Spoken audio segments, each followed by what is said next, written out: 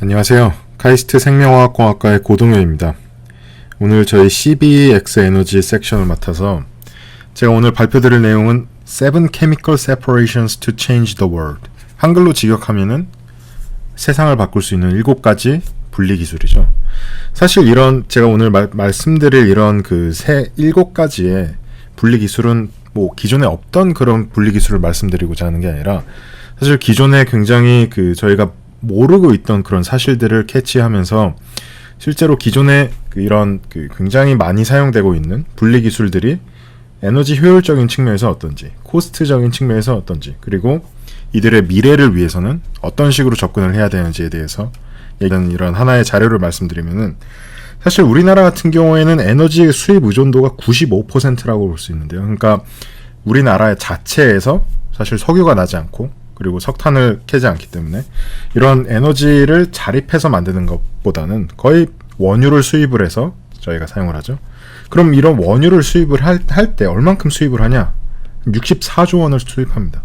이 64조 원이 그러면 얼마 정도의 돈이냐라는 거를 생각을 해봤을 때 2019년에 삼성이 매출 총액이 한 60조 원 정도 됩니다. 59조 원, 60조 원 정도 됩니다. 그만큼의 어마어마한 양의 에너지 원유를 수입을 해오죠. 그럼 사실 원유를 수입을 해와서 우리가 에너지를 때우는데, 불 때우는 데만 쓰냐? 사실 그건 아니고요. 우리나라 같은 경우에는 굉장히 재미있는 산업 구조를 가졌는데요. 최근에는 반도체 산업이 굉장히 뜨고 있지만 사실 우리나라를 지탱한 산업은 화학공학 산업이죠. 이런 원유를 수입을 해서 우리나라의 굉장히 정교한 기술들을 통해서 석유화학 제품을 만들어요. 그래서 석유화학 제품을 만들어서 우리가 수입한 원유의 59%를 거의 회수를 해서 이들을 다시 외국으로 수출합니다. 석유화학 제품이라고 하면 뭐가 있을까요? 굉장히 간단하게 보면은 플라스틱부터 필름, 파이버 생각할 수 있는 거의 대부분의 우리가 평소에 사용하는 그런 대부분의 커머디티 머터리얼들이 다 석유화학에서 기인하는 그런 제품이라고 볼 수 있고요. 사실 이런 산업 구조를 굉장히 재밌는 산업 구조를 갖고 있어요. 그래서 그러면은 우리나라가 석유 제품을 수출하는 물량이 어느 정도냐? 이게 한 5억 900만 배럴 정도 된다고 합니다. 사실 이렇게 얘기하면은 뭐 어떤 정도의 양인지 전혀 감이 오진 않는데 아마 서울에 계셨던 분들은 잘 아실 텐데 장충체육관이라는 굉장히 역사적인 그런 체육관이 있는데요. 장충체육관 약 한 1000개를 채울 수 있는 그런 규모의 이 석유화학 제품을 우리가 해외로 수출하는 그런 석유화학 강대국 중에 하나라고 볼 수 있습니다. 우리가 이제 석유 제품을 수출하는 대상 국가는 한 61개국 정도가 되고요. 이런 석유화학이라는, 그리고 앞서 말씀드렸던 석유화학의 하나의 굉장히 중요한 꼭지인 분리기술에 어떤 식의 히든 코스트가 있는지를 좀 알아봐야 되는데요. 제가 이 슬라이드 제목에는 에너지 이피션시 앤 케미컬 프로세스라고 써놨는데 한 가지 제가 예시를 하나 갖고 왔거든요.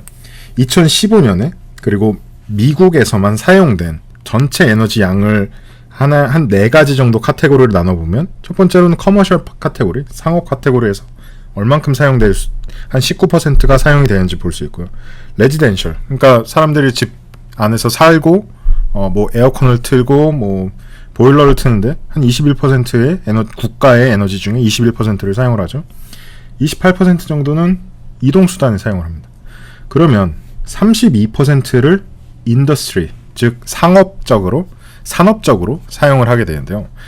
이 산업적으로 사용되는 에너지의 양을 좀 자세하게 봐야 될 필요가 있습니다. 실제로 이런 산업에 들어가는 32% 국가의 에너지 중에 30%가량을 산업에 사용을 하는데, 실제로 산업에 사용되는 이런 에너지의 양을 보게 되면은 거의 반 정도가 어떤 특정한 물질을 분자 수준으로 굉장히 정교하게 분리를 하는 데 사용되는 분리 공정에 사용된다라는 걸 알 수 있습니다. 굉장히 이것만으로도 스트라이킹한 하나의 평소에 일반인들이 생각하기 어려운 그런 하나의 통계 수치인데요.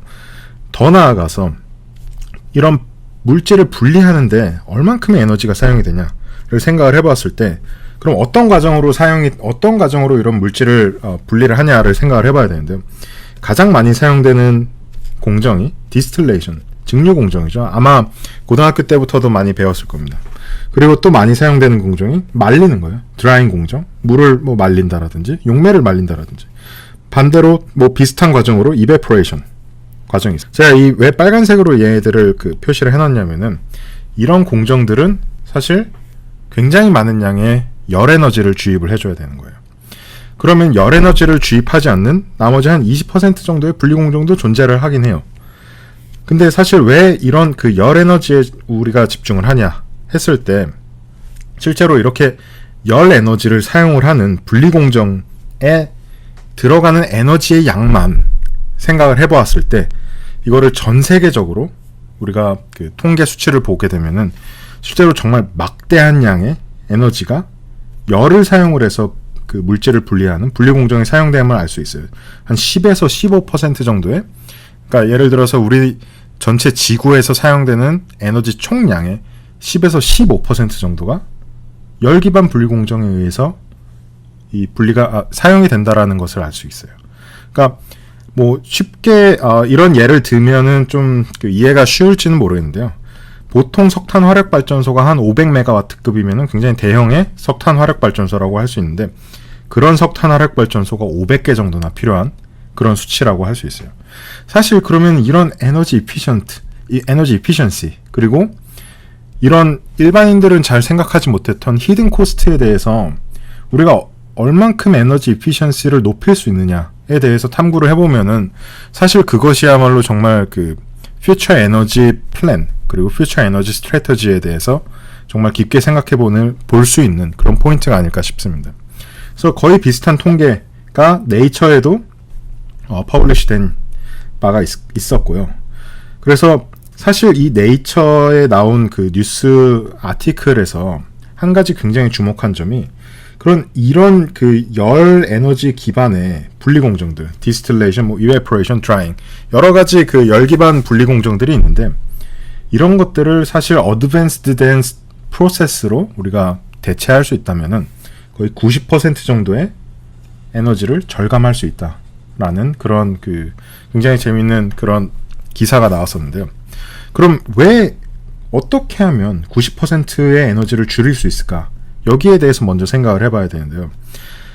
어떻게 우리가 그 열 기반 분리 공정을 또 다른 그 어드밴스드 된 프로세스로 이 대체를 했을 때 어떻게 90%의 에너지나 줄일 수가 있을까를 생각을 해봤을 때 첫 번째로 그 분리 공정이라고 생각해 보면 가장 쉽게 생각해 볼 수 있는 게 뭘까요? 다들 잘 아시다시피 해수담수화를 생각을 해보면 굉장히 우리가 이 예에 대해서 쉽게 접근을 해볼 수가 있는데요.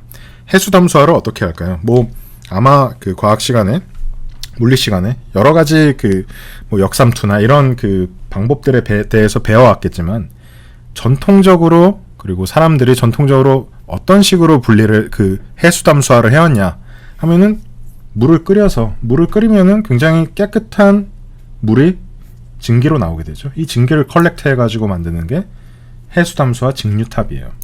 이런 그 해수담수화를 물을 끓여서 하던 방식이 있는데 실제로 아마 뭐 아까도 얘기했다시피 이런 역삼투압이라는 그런 프로세스에 대해서 많이 들어봤을 거예요. 역삼투압이라는 것은 어떻게 하는 건가요? 그 삼투 과정에 반대를 주는 거죠.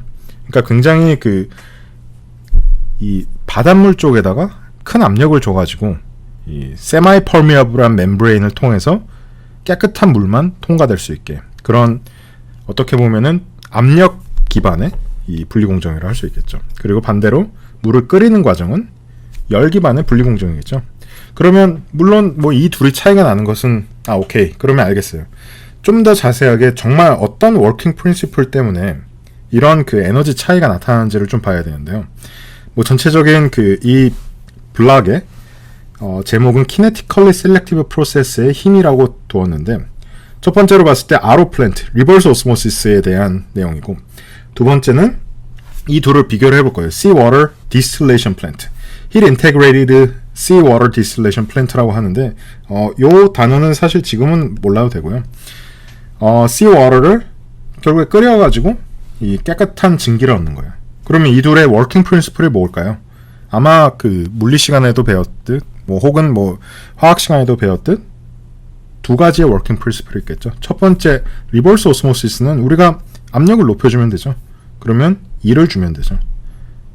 이런 E를 주기 위해서 결국에 굉장히 그 단순한 컴프레서로 이 리퀴드 사이드의 압력을 높여주는 그런 프로세스가 필요하고요. 반대로 디스틸레이션 플랜트에서는 어떤 것들이 필요할까요?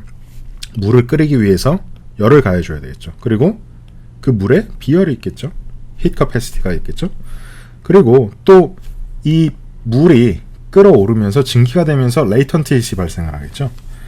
그런데 한 가지 굉장히 재밌는 점이 우리가 여러 가지 에너지의 형태가 있잖아요. 뭐 전기 에너지든 뭐 위치 에너지든 여러 가지 에너지의 형태가 있는데 우리가 보통 열 에너지를 수송을 하나요?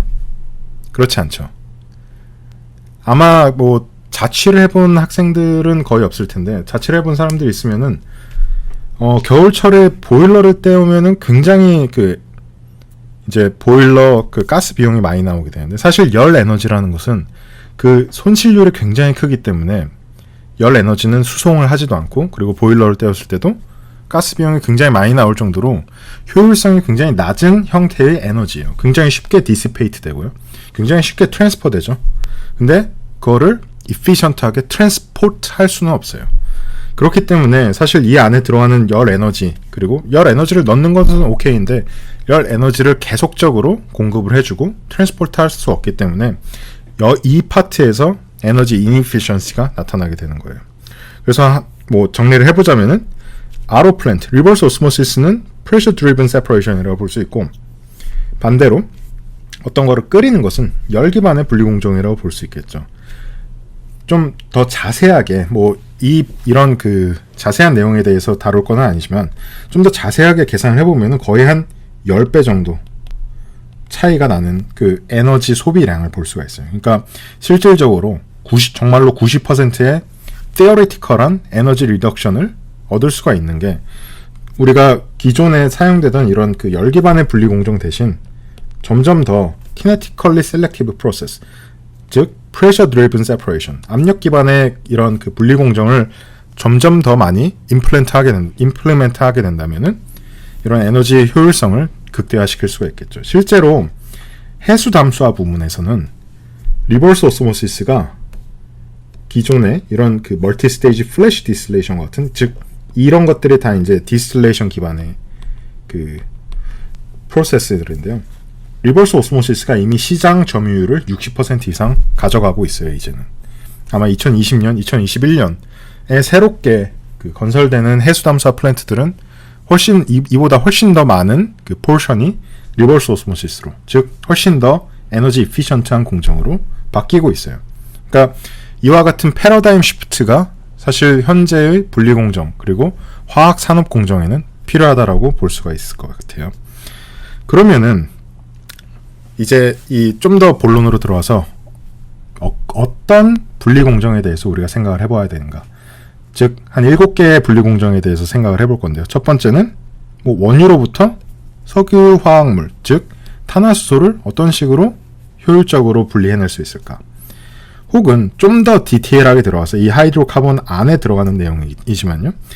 벤젠 유도체들을 거의 비슷하게 생긴 그런 벤젠 유도체들끼리 어떤 식으로 정말 퓨어한 폼으로 이 퓨리티를 높여서 정제할 수 있을까? 혹은 알케인에서 어떤 식으로 분리할 수 있을까? 즉 싱글 본드만 갖고 있는 알케인을 더블 본드를 갖고 있는 알킨으로부터 어떤 식으로 분리를 할 수 있을까? 이런 알킨, 즉 에틸렌, 뭐 프로필렌과 같은 이런 하이드로카본들이 실제로는 정말 무궁무진하게 사용이 되고 있기 때문에 이들을 분리를 하는 것들이 얼만큼 어떤 그 난제가 있고 어떤 그 팩트를 갖고 있을지에 대해서 좀 봐야 되고요. 또 한 가지 굉장히 그 재밌는 파트가 그러면은 그린하우스 가스는 어떤 식으로 처리할 수 있을까? 즉 이것도 하나의 분리 공정의 문제죠. 하나의 CO2를 어떤 식으로 쉽게 캡처하고 혹은 얘네들을 어떤 식으로 컨버트 할 것인가. 또 잘 아마 생각해보지 못한 파트일 텐데 히토류라는 희귀 금속들이 있습니다. 이런 히토류들을 얼마나 이피션트하게 회수할 수 있을까? 더 나아가서는 뭐 아까 얘기했던 디설리네이션의 측면입니다. 물에서 어떻게 그 트레이스 컨테미넌트를 없앨 수 있을까? 마지막으로는 해수에서 우라늄을 어떤 식으로 추출할 수 있을까? 이렇게 총 7가지에 대해서 굉장히 간단하게만 커버를 해보도록 할게요. 첫 번째로 원유에서 하이드로카본을 정제하는 방법에 대해서 좀 생각을 해보면은 사실 원유라고 하면은 굉장히 시꺼먼 이런 석유를 볼 수 있죠. 이런 원유 안에는 뭐 별의별 이 하이드로카본들이 다 들어있죠. 파라핀 계열, 뭐 납센 계열, 아로마틱 계열, 아스팔텐 계열, 레진도 들어있고요. 정말 그 컴플렉스한 믹스처라고 볼 수 있는데 사실 이런 그 아마 잘 알다시피 뭐 상압 증류탑을 통해서 이런 원유를 정제를 하면은 이런 납사를 얻을 수가 있죠. 납사는 좀 더 정제된 하나의 그 롱체인 하이드로카본들이라고 볼 수 있는데 이런 롱체인 하이드로카본들을 좀 더 정제를 해야지 우리가 실생활에 이 사용되는 여러 가지 그 커머디티들을 만드는데 원재료로 사용할 수 있겠죠. 좀 더 정제를 하게 되면 훨씬 더 이 세퍼레이션 익스텐트를 보게 되면 색깔이 바뀌고 있죠. 점점 더 퓨어한 폼으로 우리가 어떤 분자들을 만들어낼 수 있겠죠.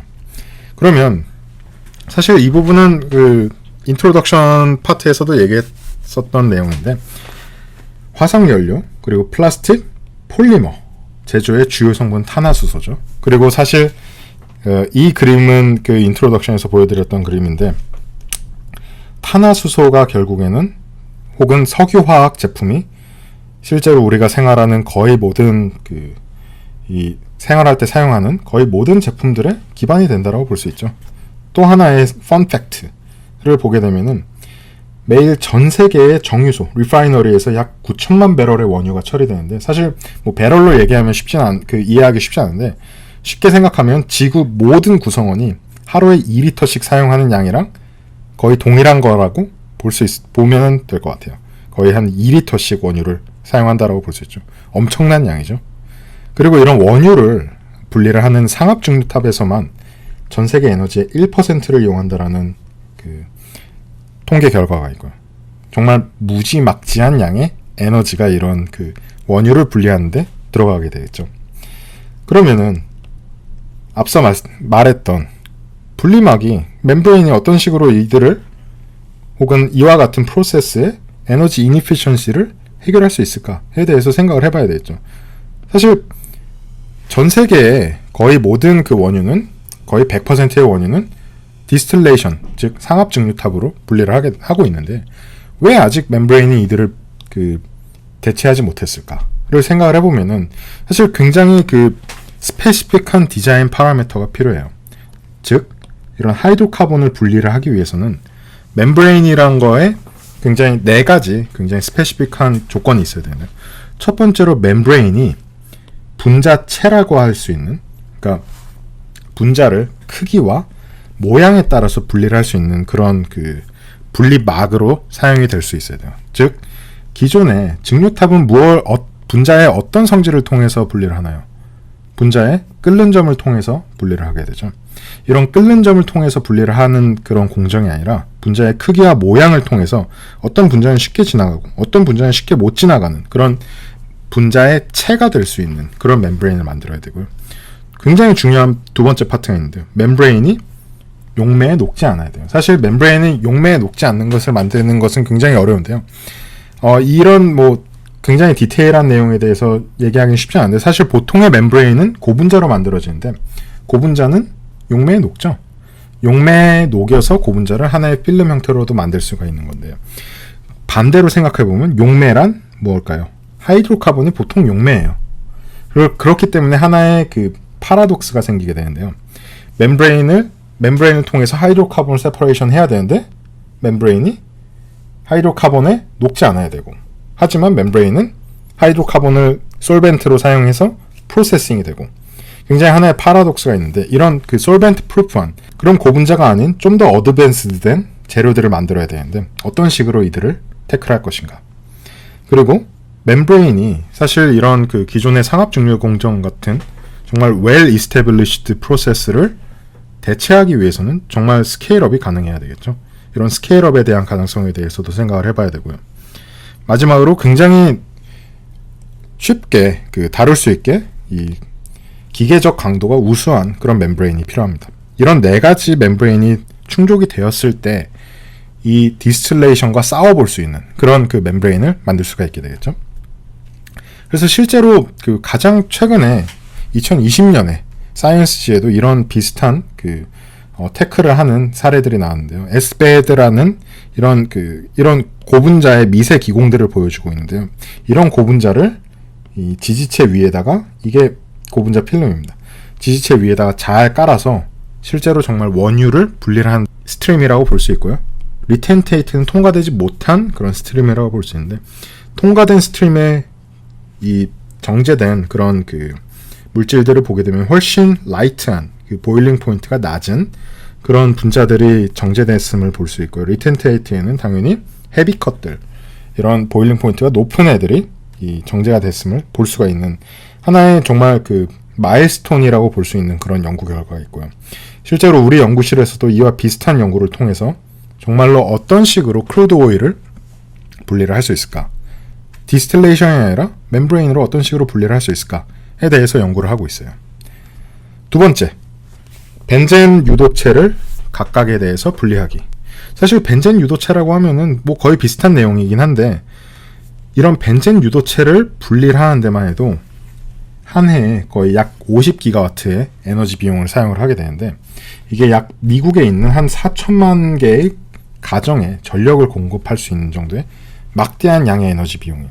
그러면 사실 이런 벤젠 유도체로 뭘 하냐? 쉽게 봐서 여기 있는 파라자일렌을 보았을 때, 파라자일렌은 매년 1인당 8kg 이상의 파라자일렌을 생산을 하게 되는데, 뭐 미국의 인구가 뭐 3억이 넘는 그런 인구들이 1인당 8kg을 이제 뭐 소비를 하게 되는데요. 이런 파라자일렌으로 뭘 할 수 있냐? 아마 그 지금 책상 바로 옆에 있는 뭐 책상을 좀 둘러봐도 있을 수도 있고, 파라자일렌으로는 이런 PET를 만들 수가 있습니다. 파라자일렌이 스타팅 물질이 돼서 폴리에틸렌 테레프탈레이트 PET를 만들 수가 있게 되는데요. 사실 이런 파라자일렌은 이런 이 믹스처들과 같이 있기 때문에 이런 파라자일렌만 깨끗하게 분리를 해낼 수 있는 기술이 정말 절실하게 필요하겠죠. 그리고 얘네들끼리는 굉장히 비슷하겠죠. 뭐 크기도 비슷하겠고, 뭐 보일링 포인트도, 즉 끓는 점도 비슷하겠죠. 얘네들을 어떤 식으로 분리를 하냐? 사실 이거는 제가 예전에 그 미국에 있을 때 했던 연구인데, 하나의 비디오를 보고 먼저 넘어가죠. 얘네들을 어떤 식으로 멤브레인으로 분리를 할 수 있을까에 대한 그런 그 비디오를 하나 보도록 할게요. Today are separated primarily through what we call thermal separations that involve usually distilling hydrocarbon mixtures. That particular separation requires an immense amount of energy. So the primary breakthrough we believe for this research is the proof of concept experiments behind a process that we call organic solvent reverse osmosis. Now the advance is when you try to use normal membranes in the presence of solvent molecules or high pressures, the membranes fail. So we've managed to create membranes that can withstand the high osmotic pressures to make the process work, up to 120, 130 atmospheres, and essentially are unmoved by the solvent molecules. They're essentially solvent-proof. The membranes are based on fiber spinning technology. So here in the lab we have a hollow fiber spinning apparatus, and what that allows us to do is mass manufacture our membrane materials. We estimate that our membranes are at least 10 times more efficient than the existing technologies. Yeah, well, really the exciting part is the energy efficiency. You know, we have the potential to save 30 to 40 gigawatts of power just by separating molecules more efficiently. And it's these mega-scale problems that can make major dents in the world's energy and power budget that really drive me. 네, 방금 전에 비디오에서 보여드렸던 프로세스가 바로 오르게닉 솔벤트 리버스 오스모시스, 그러니까 리버스 오스모시스를 하이드로카본인 오르게닉 솔벤트에다가 적용한 첫 번째 사례라고 볼 수 있는데요. 파라자일렌과 올토자일렌의 믹스처를 우리가 굉장히 그 프리사이스하게 디자인한 그 탄소 분리막에 주입을 해서 리버스 오스모시스처럼 오스모틱 프레셔를 이겨낼 수 있는 그런 그 압력을 주어서 정말 깨끗한 그 퓨어한 폼의 이 파라자일렌만 뽑아낼 수 있는 그런 기술을 개발을 했었고요. 또 더 넘어가 보죠. 세 번째, 알켄을 알케인에서 분리하는 방법. 즉 이런 그 세츄레이티드 하이드로카본에서 언세츄레이티드 하이드로카본을 분리를 해내는 방법. 첫 번째가 에틸렌, 두 번째가 프로필렌이죠. 사실 에틸렌과 프로필렌은 뭘 할까요? 뭐 일단 먼저 그 펀팩트인 이 통계부터 볼까요? 전 세계 연간 생산량이 2억 톤을 초과를 하는데 이거는 한 사람당 연간 30kg를 소비를 한다라는 것과 이퀴밸런트하다라고 볼 수 있는데요. 에틸렌으로 뭐 할까요? 폴리에틸렌 만들죠. 프로필렌으로 뭐 할까요? 폴리프로필렌 만들죠. 폴리에틸렌이 뭐죠? 우리가 맨날 쓰는 비닐봉지죠. 폴리프로필렌은 뭐죠? 우리가 거의 보통 쓰는 이런 굉장히 단단한 플라스틱들이 다 폴리프로필렌으로 만들어져 있죠. 사실 정말 많이 사용되는 그런 그 케미컬이라고 볼 수 있죠. 한 사람당 연간 30kg를 소비를 하게 되는데요. 이런 그 에틸렌과 에테인을 분리를 해야 되고 프로필렌과 프로페인을 분리를 하는 이런 공정은 사실 고압의 극저온 증류에 의존을 하기 때문에 극저온이라고 하면은 열을 주는 것보다 열을 빼앗는 게 훨씬 더 어렵습니다. 훨씬 더 그 크라이오제닉 혹은 그 쿨링 템퍼레처로 쿨링으로 이 낮추는 것이 훨씬 어렵기 때문에 극저온 증류를 하게 되면 에너지 소비량이 훨씬 많이 들어가게 돼요.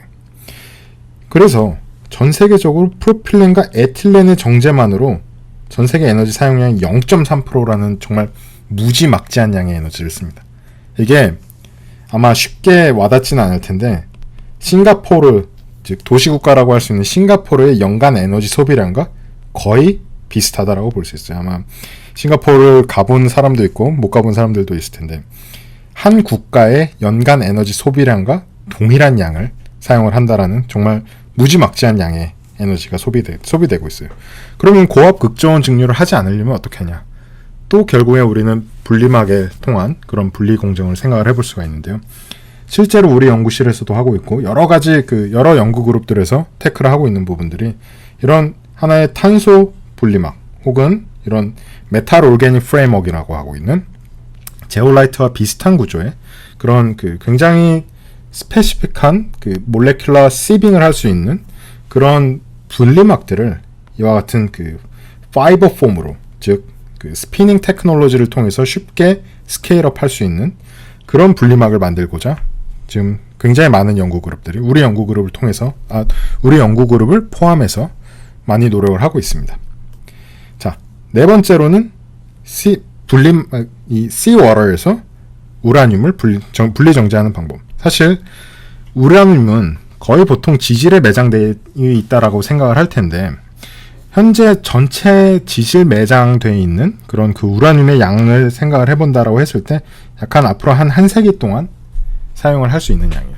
하지만 우리가 눈을 좀 돌려가지고 해수 쪽을 바라보게 되면은 이런 바닷물 안에 사실 이거의 수 100배 이상, 1000배 이상의 이런 40억 톤 이상의 우라늄이 해수에 파트 퍼 빌리언 수준으로 존재를 하고 있어요. 그러면은 사실 해수에서 이런 우라늄을 정말 이피션트하게 정제를 해낼 수가 있다라고 하면은 뉴클리어 파워에 사용될 수 있는 여러 가지 에너지 수단으로 사용을 할 수 있겠죠. 그래서 실제로 이런 아미독심이라는 좀 이 아민 계열의 이 펑셔널리티를 갖고 있는 여러 가지 다공성 폴리머를 만들 수가 있는데 이런 우라늄을 그물처럼 흡착해낼 수 있는 그런 구조체를 만들 수가 있어요. 고분자로서. 그래서 이런 흡착포를 통해서 정말 수십 킬로그램 이상의 우라늄을 정제를 한 사례도 있고 우리 연구실에서 만들고 있는 이런 P1과 같은 그런 굉장히 재밌는 고분자를 통해서도 이런 우라늄을 셀렉티브하게 흡착을 시켜서 회수를 할 수가 있는데 사실 아직 이런 기술은 갈 길이 굉장히 멀어요. 사실 다른 금속 이온들도 흡착을 할 수가 있기 때문에 이런 선택도의 증진이 필요한 그런 상태라고 볼 수 있어요. 자, 다섯 번째로 넘어가서 Greenhouse Gas from Dilute Emissions, 즉 얼만큼 이피션트하게 CO2를 캡처할 수 있을 것인가에 대해서 생각을 해보면은 이 지도를 한번 보고 이 빨간 닷들이 무엇일까를 생각을 해볼까요? 이 빨간 점들이 무엇일까요?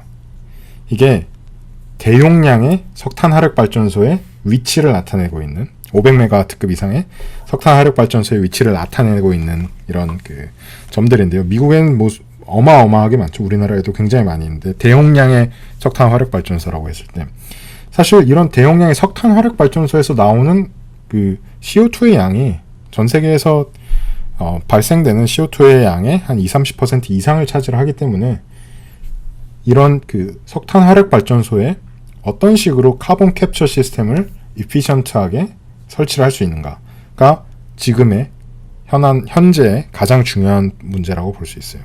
뭐 아마 CB Climate Change 섹션에서 다른 교수님들께서도 많이 말씀을 해주실 텐데요.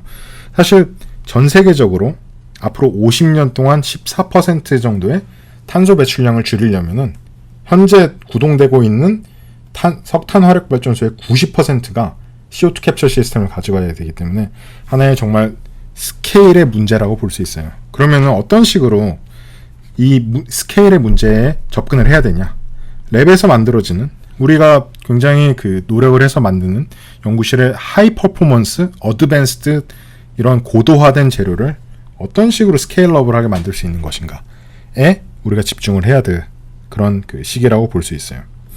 사실 이 배경에 있는 이 그림이 뭐냐면은 다이렉트 에어 캡처라고 해서 정말 공기 중에서 이 CO2를 뽑아낼 수 있는 이거 스위스에 있는 클라임웍스라는 클라임웍스 궁금한 사람들은 찾아보면 좋을 것 같아요. 클라임웍스라는 그런 회사의 정말 그 데모 플랜트인데요. 공기 중에서 이 이산화탄소를 공기 중에 한 400ppm 정도의 이산화탄소가 존재를 하죠. 이런 그 다이렉트하게 정말 에어에서 CO2를 캡처할 수 있는 그런 플랜트도 현재 가동이 되고 있습니다. 그래서 사실 우리 연구실에서도 이런 비슷한 연구를 하고 있는데 얼마나 어떤 식으로 에너지 이피션트하게 접근할 수 있는가에 대해서 보기 위해서 이런 그 파이버 모양의 머리카락과 거의 비슷한 종류의 이런 그 파이버 모양의 이 플랫폼에다가 정말 CO2를 잘 흡착할 수 있는 이런 나노 파티클들을 로딩을 해가지고 이런 그 다이렉트 에어 캡처를 할 수 있는 컨택터 모듈을 만드는데 우리 연구실에서 많은 노력을 기울이고 있고요. 이와 같은 연구는 그 우리 학교 안에 그 사우디 아람코 CO2 센터가 있는 거 알고 있나요? 우리 연구실이랑 이 사우디 아람코랑 정말 그 콜라보를 통해서 이런 다이렉트 에어 캡처 모듈을 만들고 있습니다. 그래서 이런 다이렉트 에어 캡처에 사용될 수 있는 여러 가지 이 미세 다공성 물질들, 2D 재료들, 그리고 정말 미세 다공성을 이미 지니고 있는 그런 고분자 재료들, 여러 가지 플랫폼들을 잘 인테그레이트해서 어떤 식으로 정말 그 퓨처 카본 캡처 시스템을 만들 수 있을까에 대해서 노력을 하고 있습니다. 자, 6번째, 우리가 디설리네이션에 대해서는 이미 얘기를 했었죠. 아마 여기에 있는 이 트레인들이 다 그 RO 멤브레인들이에요. RO 멤브레인들을 다 이런 식으로 이 하나의 모듈화해서 만들어 놓은 건데, 사실 이런 RO 멤브레인 같은 경우에는 거의 세츄레이트 되어 있는 기술이라고 볼 수 있는데요.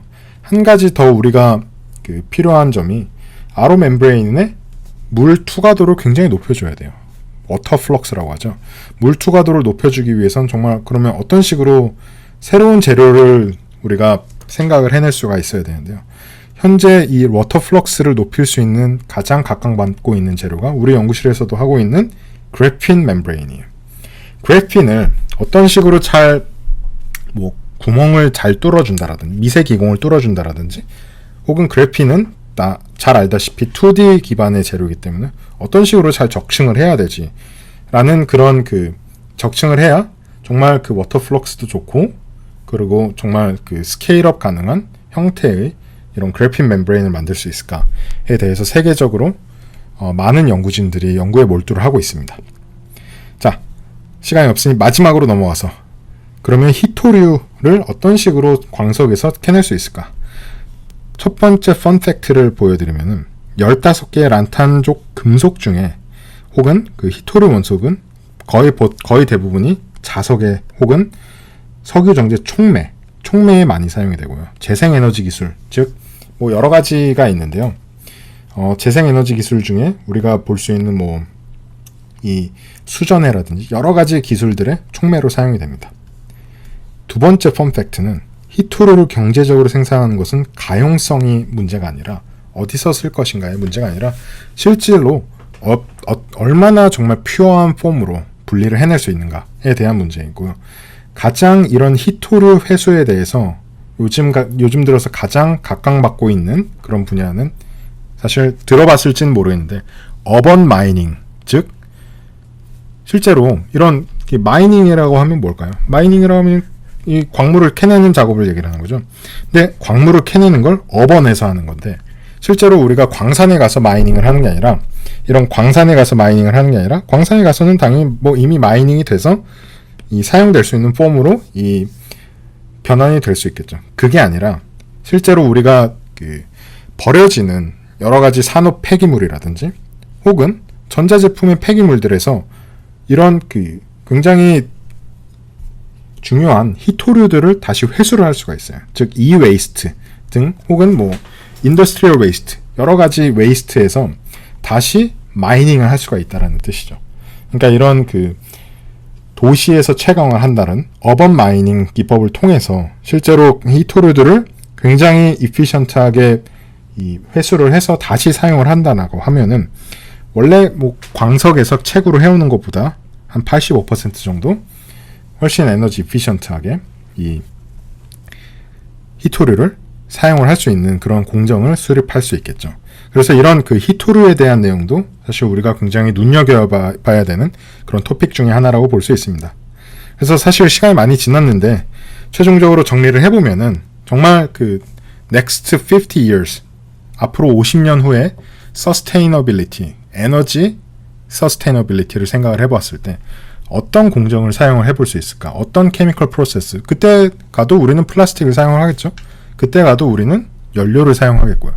하지만 훨씬 더 고도화된 방식으로 우리가 사용을 하게 될 텐데 정말 앞서서 말씀드렸던 뭐 솔벤트 프루프한 분리막이나 이런 흡착제를 개발할 수 있어야 되고요. 그리고 이런 그 분리막들이나 흡착제가 몰레큘러 셀렉티비티 얼만큼 그 선택적으로 굉장히 우리가 원하는 그런 타겟 물질만 깨끗하게 뽑아낼 수 있는가에 대한 내용이 정말 앞으로의 히든 에너지 코스트인 그런 디스틸레이션, 세퍼레이션 프로세스에 들어가는 에너지 페널티를 줄일 수 있는 하나의 정말 필요한 그런 그 전략이라고 볼 수 있습니다. 그래서 이 내용을 끝으로 이 세미나 내용을 마치도록 하겠습니다.